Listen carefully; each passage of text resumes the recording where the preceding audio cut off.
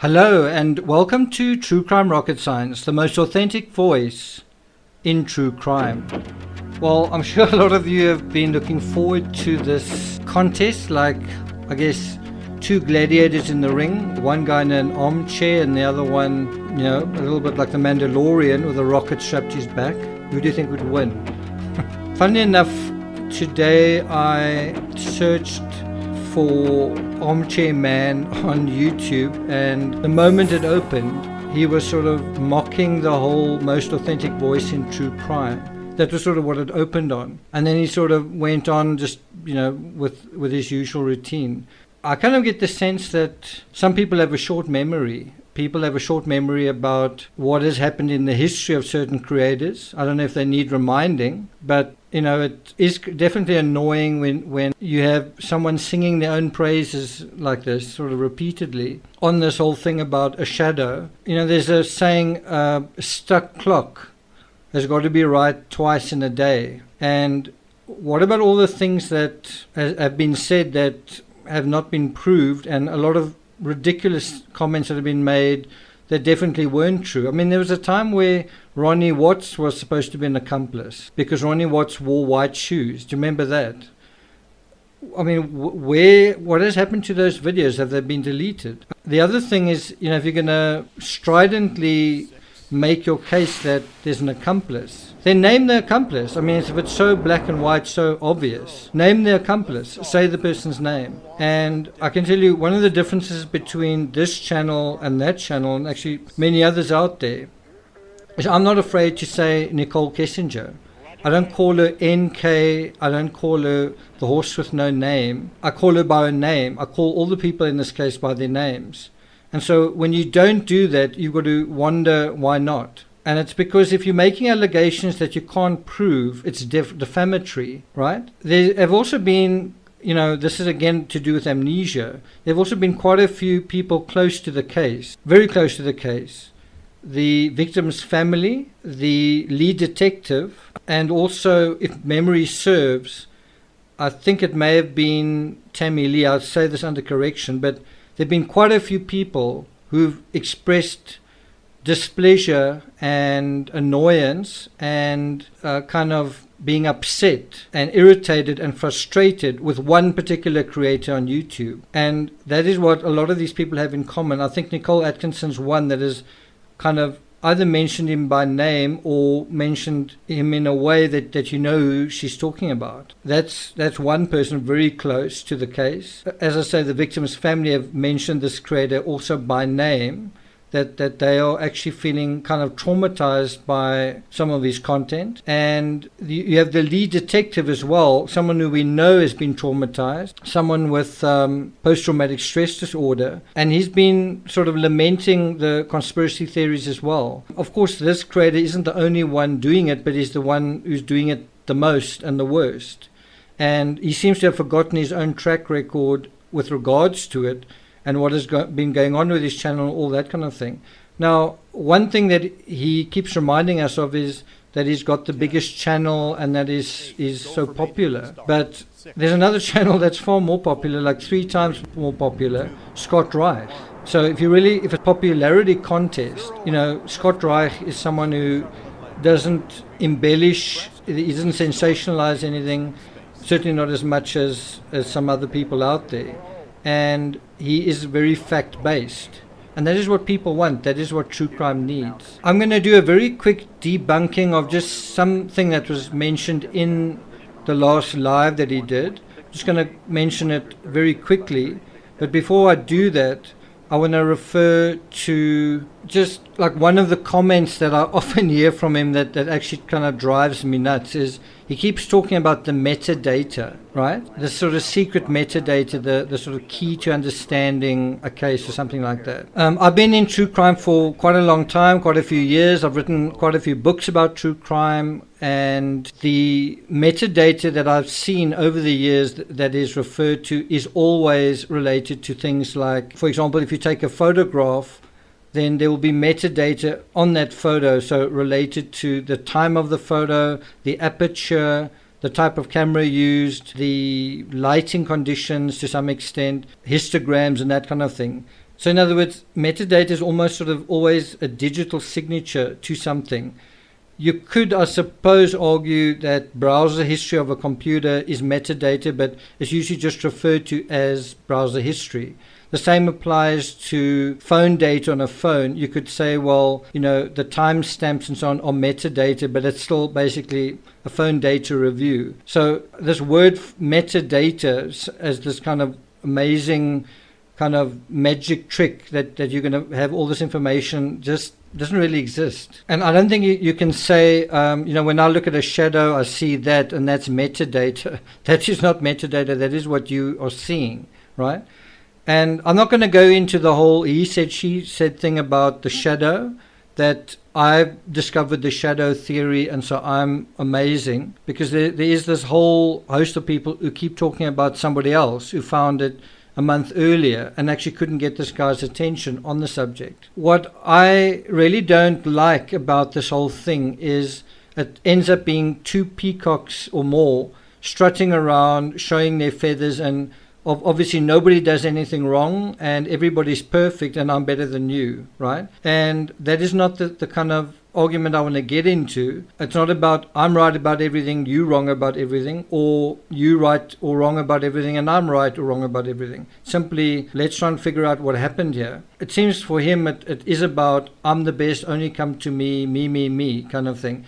And I don't know, so much of his videos are all about himself, validating himself over and over again on the same stuff over and over and over again.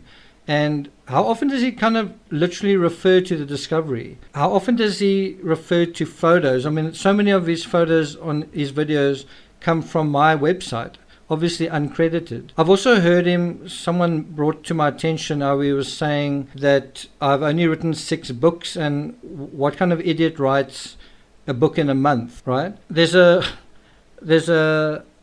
worldwide movement called NaNoWriMo, where every single November people write books in 1 month, and that is the best way to write a book. And I think if you're going to criticize someone who's written a book, try writing a book yourself. Try writing 1 book and see how well you do. But overall, I don't like the whole, and it's something I've tried to avoid as long as I've been in true crime, I don't like the narrative becoming about what the one author or creator or pundit or whatever thinks of another one. That's not what I'm here to do. I'm not here to insult, undermine, gossip, criticize endlessly other people that are talking about whatever they're talking about. I want to talk about the Chris Watts case, and if you're interested in it, great. And if you disagree, you can go somewhere else, or you can express it, or whatever it is. Do it in a respectful way, and if you can't, then you should go somewhere else. And if you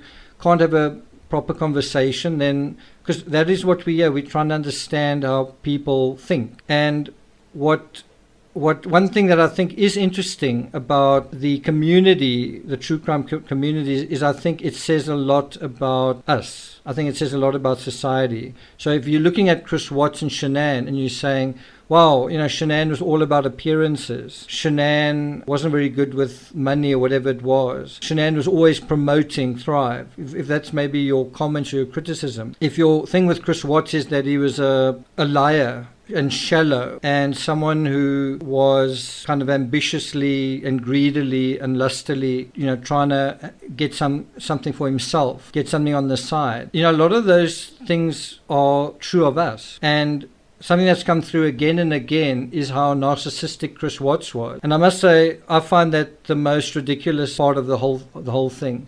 Because people who are on social media are narcissists. People who are on social media excessively are more narcissistic and psychopathic than the average person.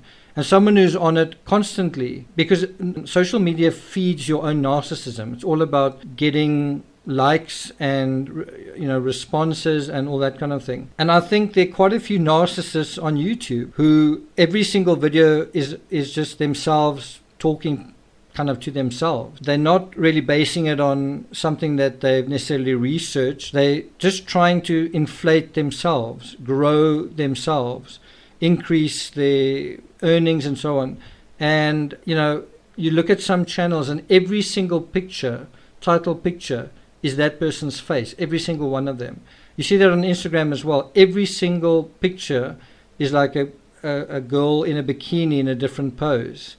That's narcissism. And, we're pointing it out in this community anyway. We're pointing it out in all these other people. What about in yourself? What about in the people you deal with every day? What about in the creators that you are kind of either idolizing or defending or a fan of or whatever? What about that? And that's the area of the Chris Watts case that I find quite disturbing and quite interesting, is a lot of what we see in this case, the disposing of somebody, the shenanigans, the lying, the different confessions, the different versions of events. It's the same thing that you're seeing kind of on YouTube. And some people have come and had nervous breakdowns and gone. Others have, had their channels literally wiped out. There's one channel that built a really good following and is a very well-behaved, nice creator. And, all this kind of backbiting and stuff. And that's the world we live in. We live in quite a shallow world where someone wants to step on someone else to get ahead. That you can't just get ahead by putting up decent content. You've got to ridicule, undermine, insult, belittle somebody else, try and humiliate them, and in an arrogant, self-conceited, self-seeking sort of way. And I must say, I've heard this particular creator many, many times saying that he will never attack somebody else. He doesn't talk about someone else. And yet he's constantly doing it. So anyway, in the interest of accuracy and authenticity, I want to just address one little comment that I caught where he sort of makes quite a few glossy statements, kind of blanket statements saying nobody died in the house, the cadaver dogs didn't alert in the house, full stop, that's a fact, all that kind of stuff. And it's just not true. You just can't make a comment like that. And, let's go to the discovery and let's check the veracity of a statement like that. Discovery page 810. Blue Star was also applied at the locations where the searching canines had alerted. Hello? I thought there were no alerts. I thought nobody died. And so, you have literally the crime scene analyst using Blue Star reagent. It's kind of a chemical luminescence that you spray on where there's possibly blood or body fluids. And where do they go and spray it? Where, as far as they know, the canines had alerted. Canines, plural, not just one, right? And they didn't find anything. In other words, nothing came up. Now, I can tell you, just when you want to be interested in true crime rather than attacking someone else to illustrate your point or whatever, when you take this point and you say, wow, that's curious, let's think about it. When I covered the Patrick Frazee case, and at this point, I was quite mystified by the Chris Watts case. I was disappointed, unsure, and how can I put it? It sort of contradicted itself. There was kind of a conflicted, muddled report on the dogs, and I'd also expected there to be absolutely unambiguous cadaver alerts. I thought that was going to be absolutely clear. And so I didn't realize it, but the very next case that I kind of went into in detail, the Patrick Frazee case, actually answered that question for me. That specific question, which had been kind of uppermost in my mind, what the hell is going on here? How is this possible?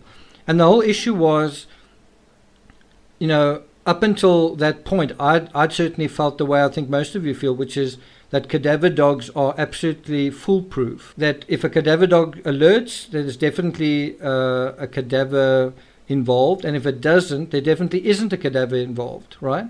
And I studied the Madeleine McCann case pretty well, Casey Anthony, there's also canines in that, Scott Peterson, and so on.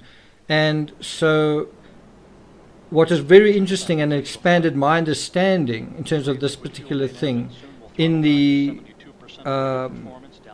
Patrick Frazee case was you actually had the mistress, who was much, much, much, much, much worse than Nicole Kessinger.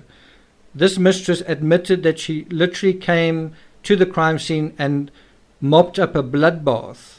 And it took her something like 3-4 hours to do it. And she was like dressed in a hazmat suit. She literally cleaned up the bloody mess of the victim that her sort of ex-fiance had left behind, right? I can't think of anything much worse than that. But The point being that I think she was a nurse, and she used a lot of bleach, and she spent a long time cleaning up the crime scene. And guess what? We know for a fact that there was a bloodbath in this place in Woodland Park, and everything was cleaned up, and when the dogs came in, they didn't alert. Now, what does that tell you? Does that tell you someone wasn't killed there?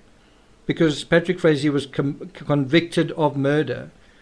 His mistress would talk about where they disposed of and burnt the body, how she cleaned up the crime scene, I think she filled up something like 3 or 4 garbage bags with rags, toilet paper, cloth, bloodied things, bloodied toys, and all that kind of thing, right?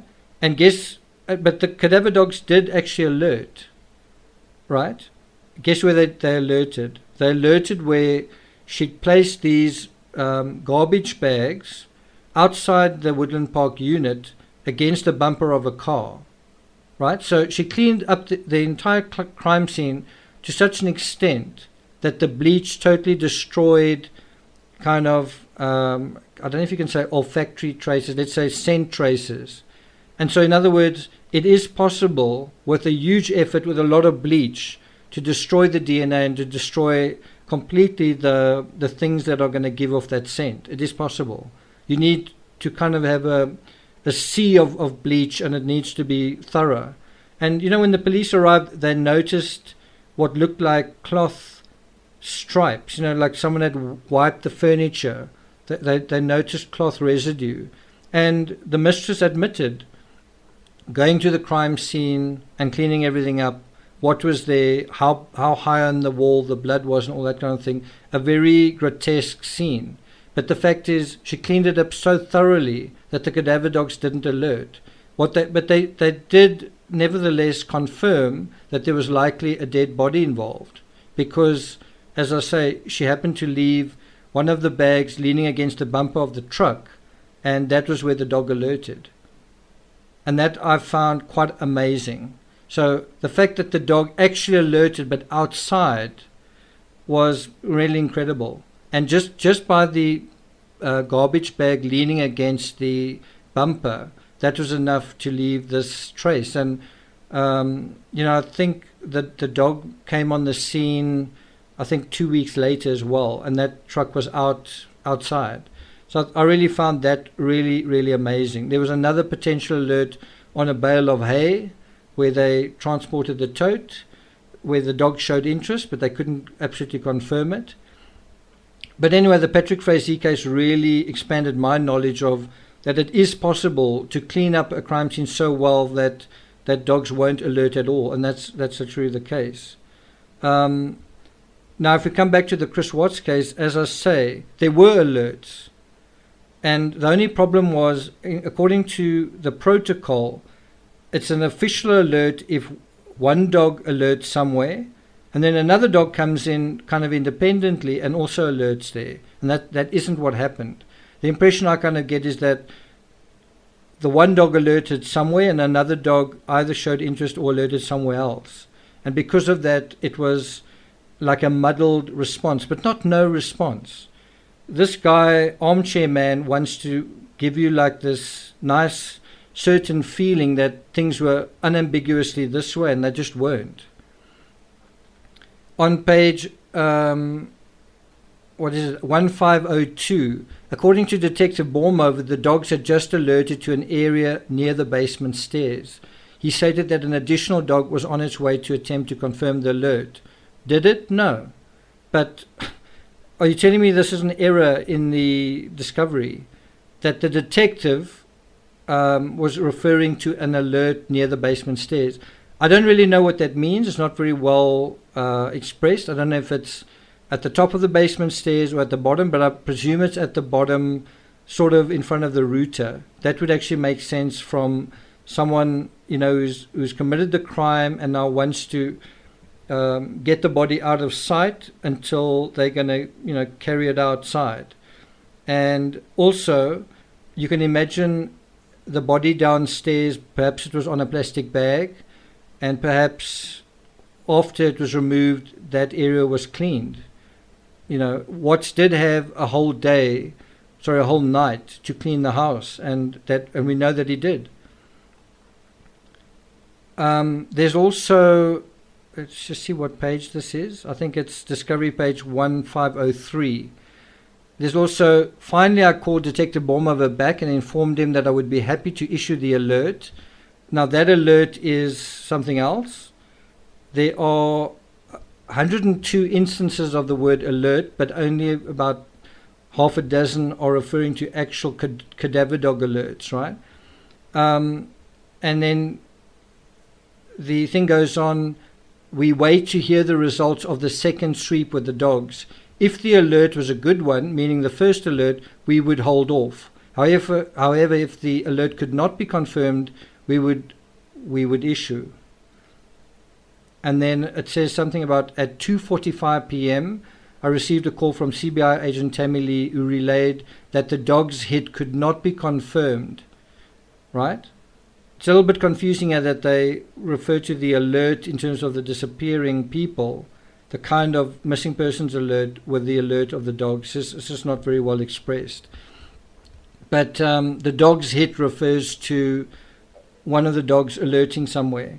And as far as I'm concerned, the dogs actually alerted multiple times. The handler was a bit needing some kind of guidance. I don't know how many of you know, but the cadaver dog that went by Black Mesa Road was also barking his head off. And we know for a fact that Chris Watts disposed of clothing items there. So yeah, the dog is barking, and the handler doesn't know how, why, or what. I think she was on the phone. And so you need to be, this is the difference between true crime rocket science and someone who's actually an amateur at this, is you get information, do you know how to interpret it? Do you know what's really going on? And this doesn't just apply to creators, it applies to just the general public. Are you able to look at something and can you actually interpret it properly? Do you know what it means? I mean, how good have you been at interpreting the coronavirus? I would love to see a poll on some of the YouTubers' channels of the proportion of people who think of the whole coronavirus as a hoax, right? And as some kind of worldwide conspiracy, and those who think, wow, after a year, maybe this could actually be something that is literally happening. Do you think it could? Anyway, the reality of the Chris Watts case is because it didn't go to trial, and because there are certain elements of it that are ambiguous or unclear, means that you can kind of interpret, and in some cases misinterpret, and in some cases deliberately misinterpret the evidence in order to make videos. And I don't know if you remember the stories about red cars and a guy walking with a shovel and all of that nonsense. It's all meant just to titillate you in a tabloid way. And, are you telling me that these creators don't know that what they're selling is garbage? And that is the difference between True Crime Rocket Science and these other channels. I'm not trying to trick you or trap you or manipulate you. I'm actually trying to be the one voice of reason out there that's saying, guys, it's actually quite important that we learn to know the difference between what's real and what's fake. I think we've actually reached a point where, especially now, your survival can actually depend on it. Your life can actually depend on it. If you don't know how to you don't know how to discern the information that you're getting, right? And true crime, especially the Chris Watts case, is a good experiment where you can look at the case and say, okay, that is what is going on there. Because it's asking you, are you seeing what is happening, or are you just projecting yourself? Are you seeing what is happening, or are you just seeing what you believe? And a good test of that is that shadow. And I've got to admit, it didn't make sense from many perspectives that shadow was running around. I mean, just think about it in a basic way. Beyond what the district attorney said, beyond what Shanann's father said, would anyone have expected that? In other words, would you have expected a criminal to do that? I wouldn't, would have expected a criminal to leave the bedsheet lying out in the field. In other words, you go to all the effort to go to the field, to hide away these bodies, to bury one person, to put someone else in oil tanks. You go to all that effort, then you leave the bedsheet completely out there. 8, 7, and that kind of 6, idiotic 5, we have behavior 2, is something 1, that I certainly didn't booster ignition and liftoff of Shuttle Endeavour, early on. NASA's final space station crew I sort of compartment thought that brings a bay window view to our celestial backyard. And I've since realized he's probably dumber than most people think. And I thought some of the dumbness came from insomnia and from being addicted to Kissinger, sort of addicted to love kind of thing. But I've since kind of realized he's just not a very sharp tool in the shed. And the whole, what do you call it? The whole plea deal catastrophe from his perspective. The whole plea deal thing made absolutely no sense unless you're not a very clever human being.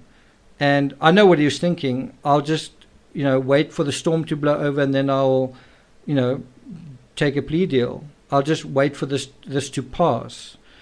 I just want to postpone this and get this behind me.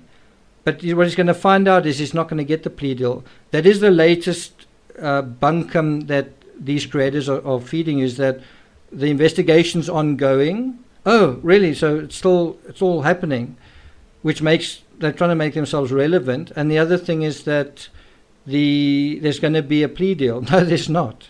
There's not going to be a plea deal. So I'm sorry to say it is time to start moving away from the Chris Watts case.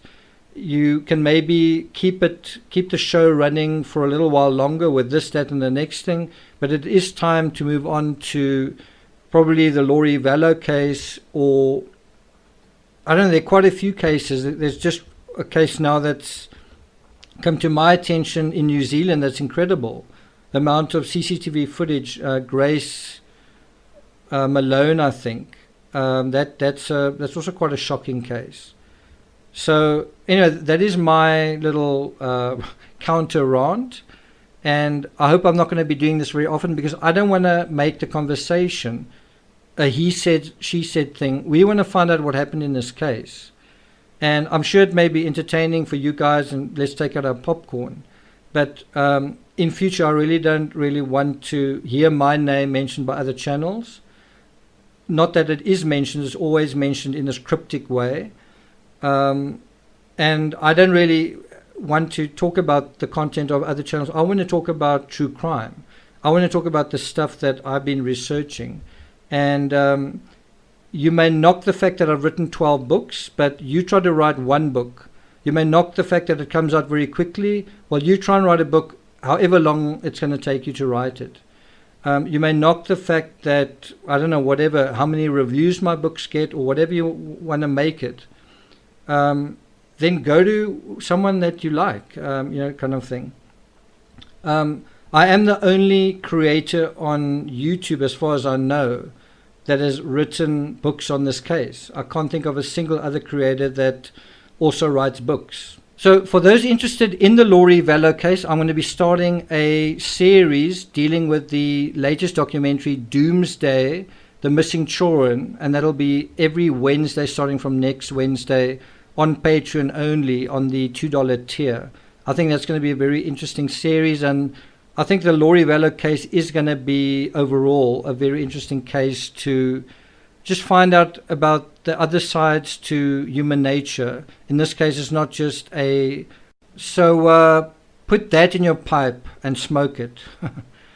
A mother that's under investigation, it's literally a couple, and then there's also potentially a brother that's involved as well. And if you take that and you compare it to the Chris Watts case, it is almost unfathomable, that whole thing. The Laurie Vallow case really is going to test our ability to understand the criminal mind.